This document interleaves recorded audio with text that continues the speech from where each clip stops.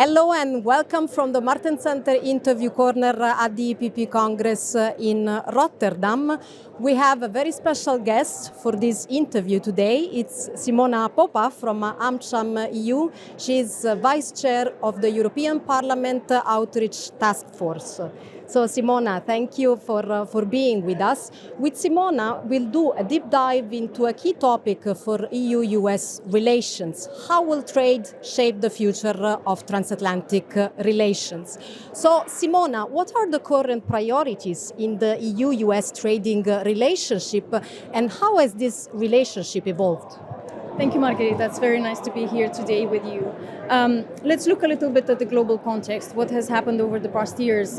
We've had a number of very challenging events. We've had the COVID crisis, we've had the invasion in Ukraine, and today actually marks a very sad 100 days since this started.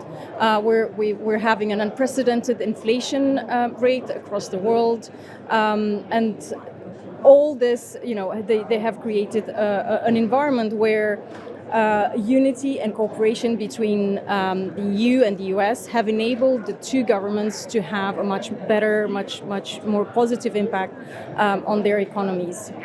If we look at at the two sides, there are a lot of things that set us apart. We have cultural differences, we have geographical differences, political differences.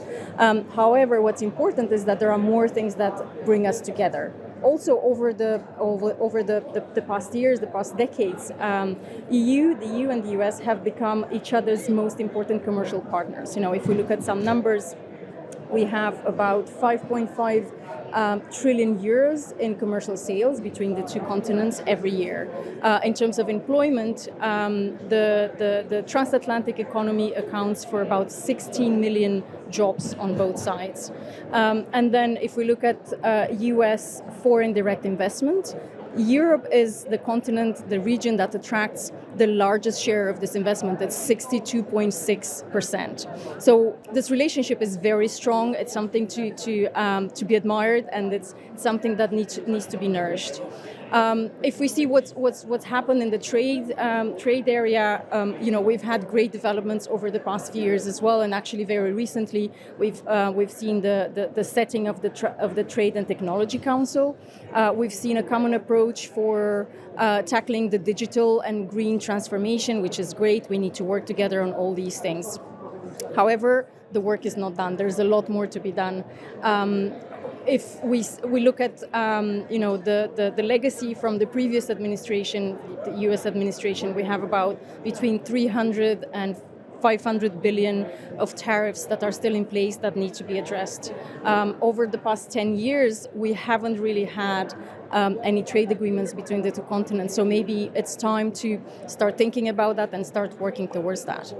Also, looking at the great digital transformation that is happening globally, there are some priorities that are intertwined with trade that the EU and the US need to keep working on. One of them is transatlantic data flows. We need to look at global standards for emerging technologies like AI, very, very important.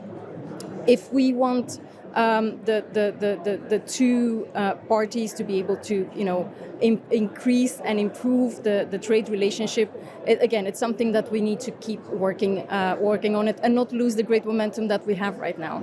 How can the Trade and Technology Council that you mentioned be used to help the EU and the US become global leaders in digital transformation? So the Trade and Technology Council came on the back of a EU-US summit back in June 2021, when the EU and the US came together in a sort of common effort to shape the global economy's direction around values like fair competition, democracy, and the rule of law. And we've seen a lot of progress. A lot of good things have happened, at the inaugural meeting in Pittsburgh last year. We've seen great progress also at the ministerial in Paris earlier this year. But we're still waiting to see, how much further can we get with that. It's very, very important. There are a number of things that can and should be done in this context in order to, again, promote the two regions as leaders on the global stage. And, I'm coming back to the transatlantic data flows. This is very, very important. No matter how big or small the company is, if it's data-focused, data-driven or not, we cannot have a trade between the two continents without having a proper system in place. So EU and US leaders need to keep working on setting the last details. There was great progress in Paris on this, but we need to finalize this. Another big area would be 5G and 6G, development of 5G and 6G, which is and will be the backbone of everything that's happening. We need to look at security of supply. We need to look at security and how do we develop that in a sustainable way. There are a lot of other areas, we can look at a more global perspective at, cyber risks. The EU and the US should develop tools to identify, mitigate, and manage properly cyber risks, because everything is, again, the digital transformation is happening already. So we need to have a secure environment for all this. And Simona, what role do companies play in supporting and strengthening transatlantic ties? If you look what's happening nowadays in the world, we live in very uncertain times. So everybody needs a moral compass. We need to know where we're going, and we need to do it around certain values. And the EU and the US, I mentioned before, we have a number of very solid shared values like, freedom, democracy, solidarity, human dignity, and so on. So we need to defend those values. We need to stand up for them. We can't be complacent that they're being upheld everywhere in the world. At the same time, companies need to also continuously demonstrate the added value of operating alongside these values wherever we are.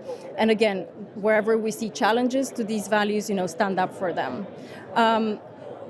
Our duty as companies is also to have a positive impact for, every country where we operate in. And, I'll give you a few examples how we do that already. For example, investing in people. Companies always invest in people, in upskilling, reskilling, making sure that nobody's left behind and they can reinvent themselves. And the second example, not in the least, is investing in the green transition. We need to continue to develop, technologies and the best tools to come to to achieve the EU objectives of carbon neutrality, and it's a global objective after all. I'll mention one last thing. AmCham is very keen on demonstrating, how companies and AmCham members have a positive impact on their environments. And we have a platform called Invest in EU, where we use storytelling to promote some of these stories. So it's a great exercise to look there.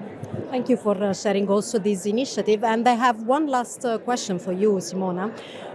Just to wrap up this conversation that we just had, how can the EU and the US work together to build a more secure and sustainable energy market, particularly now in the global context, which is very challenging? That's the easy question, right?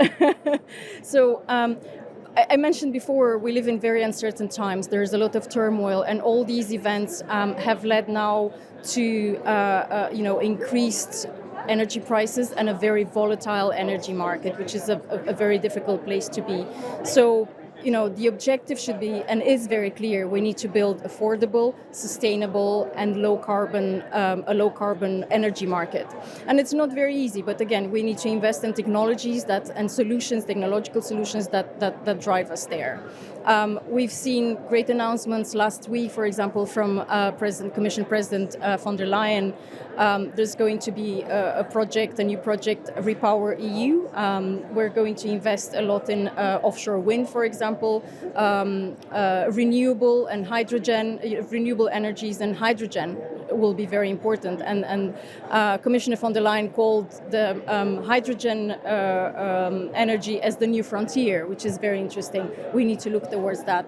And apparently, approximately a quarter of the EU households should be able to be to use offshore wind energy by 2030, I think. So it's a great objective. We've also seen help from, coming back to the EU-US collaboration, help from the US. The EU-US administration collaboration led towards an increased supply of LNG towards Europe, and this is great.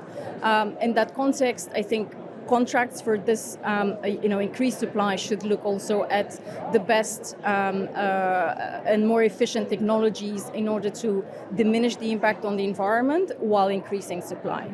Another area where we need to work is also the administrative procedures. And in Europe, we're really great at setting long and sturdy administrative procedures. If we look at, for example, solar installations, in the US, it takes a few months to set up a solar project.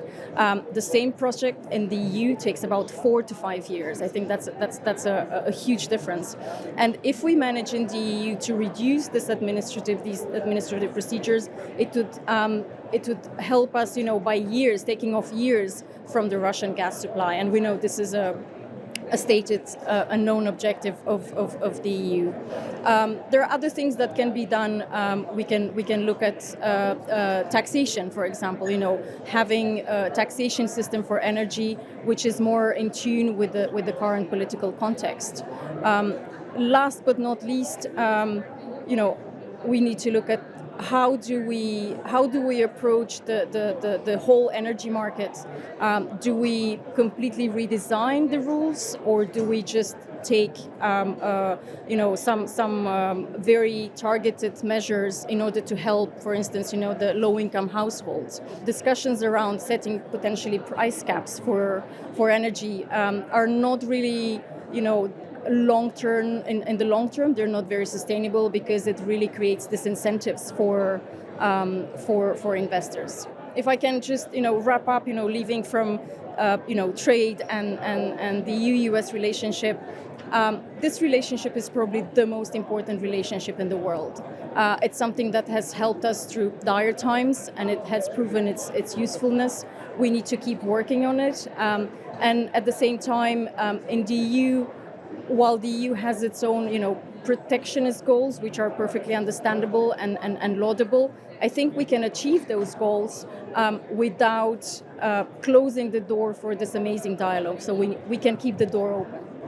Thank you, Simona. Thank you all for watching. Stay tuned and keep following our Martens Center interview and activities on our social media. Thank you.